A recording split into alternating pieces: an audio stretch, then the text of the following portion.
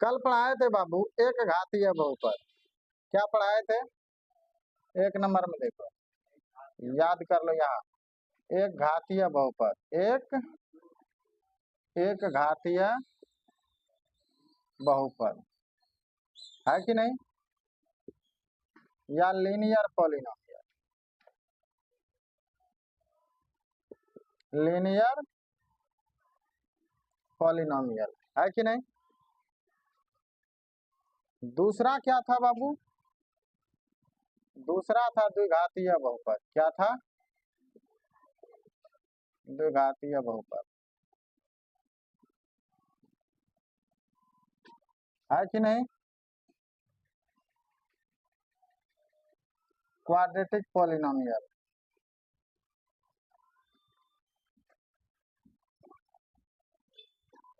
है कि नहीं। तीसरा क्या था बाबू? त्रिघातीय बहुपद।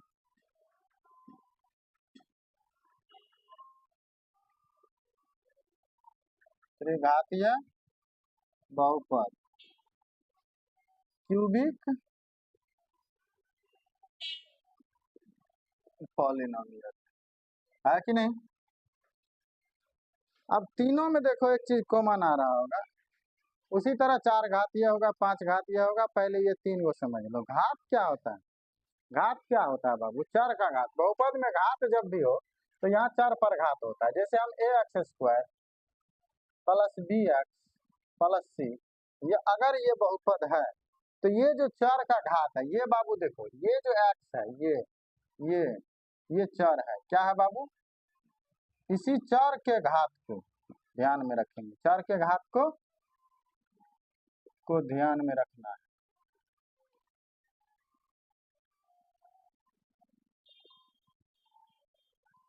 है ना रे बाबू। अगर हमको कहेगा इसका परिभाषा क्या होगा, तो इसमें हम कहेंगे चर का मैक्सिमम घात 1 होगा। चर का अधिकतम घात क्या होगा बाबू? चर का अधिकतम घात 1 होगा, है कि नहीं। अब ध्यान दो कि एक घात लिखा नहीं जाता, एक घात लिखा नहीं जाता। जैसे हम ए एक्स दे रहे हैं बाबू, तो यहाँ पे घात 1 है लेकिन उसको हम नहीं लिखते हैं, है कि नहीं। तो इसके एग्जाम्पल में तुम क्या दे सकता है? ए एक्स दे सकता है कि नहीं।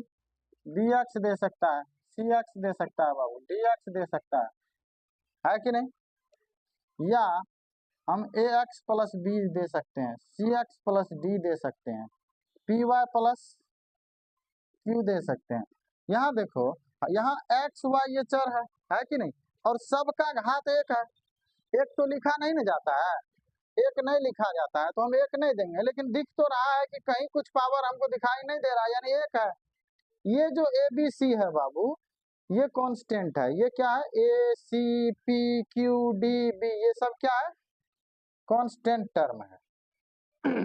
यहाँ देखो, यहाँ चर x तथा y का अधिकतम घात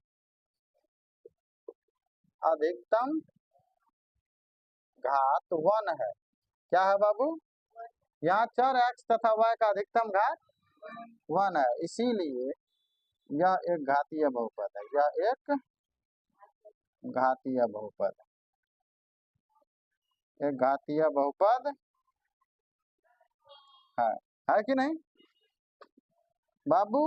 ए बी सी डी पी तथा क्यू जो है यह कांस्टेंट है। ये क्या है? कांस्टेंट है। कांस्टेंट यानी नियत है, नियत है। दूसरा कंडीशन है कि ये जो बाबू दिख रहा है तुमको, यहाँ ए जो दिख रहा है, यहाँ सी दिख रहा है, यहाँ पी दिख रहा है, ए बी और सॉरी बी नहीं सी होगा, सी तथा पी, यह 0 के बराबर नहीं होना चाहिए। अगर यह 0 के बराबर हो गया, रे इधर ध्यान दो, अगर यह 0 के बराबर हो गया तो ये पूरा टर्म 0 हो जाएगा, तो बचेगा यही सिर्फ, तब यह अचर बहुपद बन जाएगा। तब कौन सा बहुपद बन जाएगा? अचर बहुपद। हम इसीलिए लिख दिए हैं कि ACP 0 के बराबर नहीं होनी चाहिए। ACP 0 के बराबर होनी चाहिए।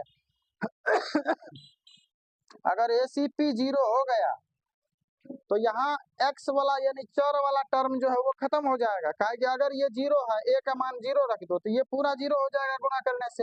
अगर c का मान 0 रखो तो ये पूरे 0 हो जाएगा, है कि p 0 रखो तो ये y भी 0 हो जाएगा। तो बचेगा सिर्फ यही ना है। ये तो अचर पद है, तो इसको हम क्या कहेंगे? अचर बहुपद। क्या कहेंगे बाबू? तो हम पढ़ रहे हैं एक घातीय है, तो इसको जिंदा रखना तो जरूरी है, इसको जिंदा रखना जरूरी है। तब ना हम कहेंगे कि यदि चर का अधिकतम घात 1 हो, चर का अधिकतम घात 1 हो, तब उसे एक घातीय कहेंगे। तब उसे क्या कहेंगे? अब यहाँ देखो दूसरा, चर का अधिकतम घात 2 हो तो वह द्विघातीय बहुपद होगा। वह द्विघातीय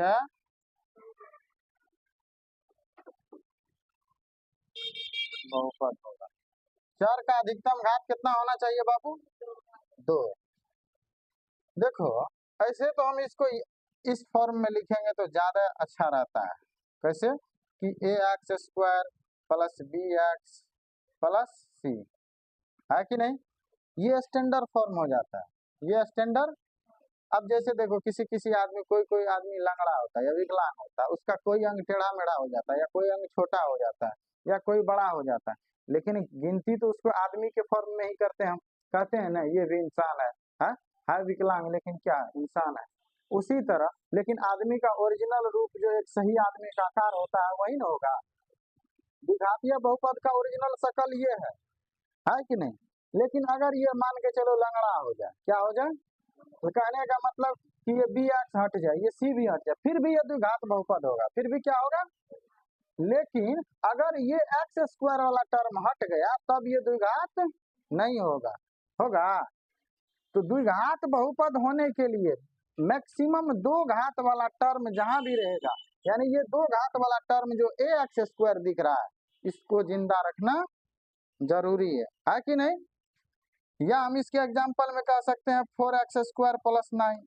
अब देखो यहाँ bx वाला टर्म खत्म हो गया, लेकिन फिर भी ये द्विघात है। क्यों? क्योंकि x का पावर 2 है कि नहीं? जैसे 9x² प्लस 7x प्लस 4, है कि नहीं? या हम कह सकते हैं 8x², है कि नहीं? या हम कह सकते हैं 7x², या हम कह सकते हैं 14x²। ये सब में देखो मैक्सिमम पावर कितना है बाबू, है कि नहीं? तो हम कह देंगे यहाँ चर का अधिकतम घात 2 है। क्या है बाबू? इसीलिए यह द्विघात बहुपद है। यह कौन सा बहुपद है बाबू? द्विघात बहुपद है। कोई तकलीफ?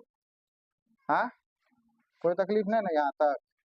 अब तुम समझ रही हो कि किसको 0 करना है, किसको रखना है, किसको नहीं रखना है कि नहीं?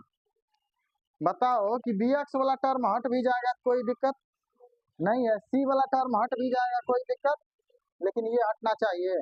इसीलिए हम कह सकते हैं द्विघात बहुपद में x² का जो गुणांक होता है वह 0 नहीं होना चाहिए।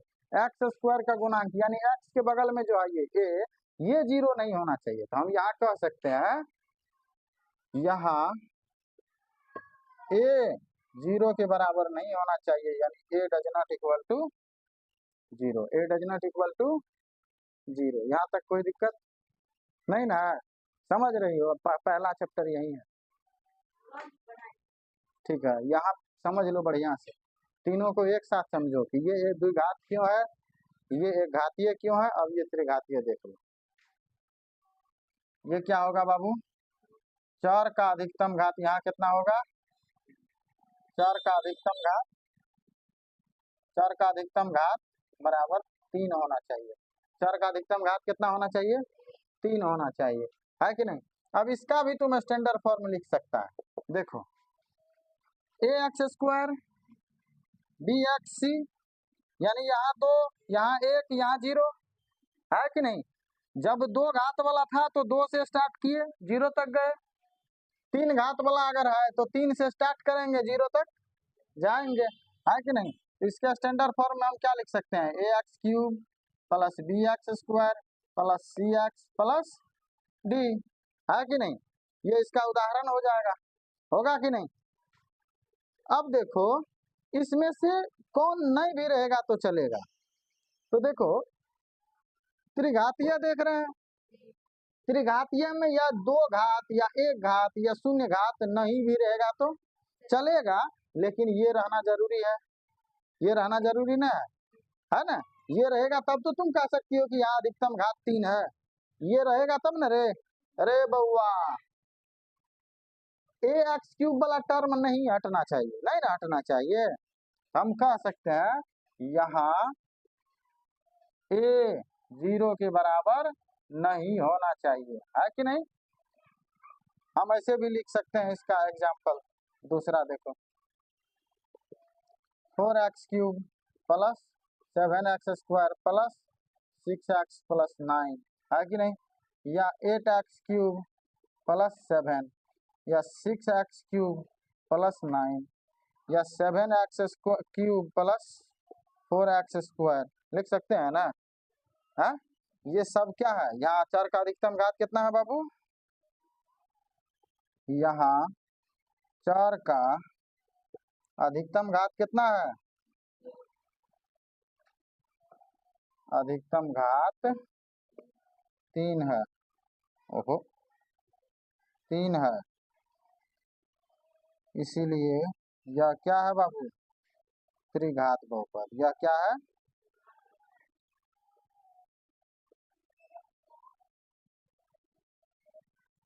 इसीलिए यह कौन सा बहुपद है बाबू,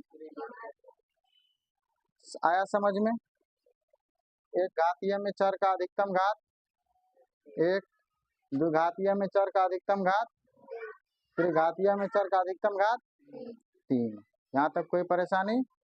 0 कौन नहीं होना चाहिए, जिसका जरूरत है वो 0 नहीं होना चाहिए। एक घातीय पढ़ रहे हैं तो ये 0 नहीं होना चाहिए, एक घातीय पढ़ रहे हैं तो एक्स वाला टर्म 0 नहीं होना चाहिए, द्विघातीय पढ़ रहे हैं तो एक्स स्क्वायर वाला टर्म 0 नहीं होना चाहिए, और त्रिघातीय पढ़ रहे हैं तो एक्स क्यूब वाला टर्म 0 नहीं होना चाहिए। बाकी मर भी जाए तो कोई दिक्कत नहीं है। यहाँ तक समझ में आया, आगे परेशानी नहीं ना, तो लिख लो।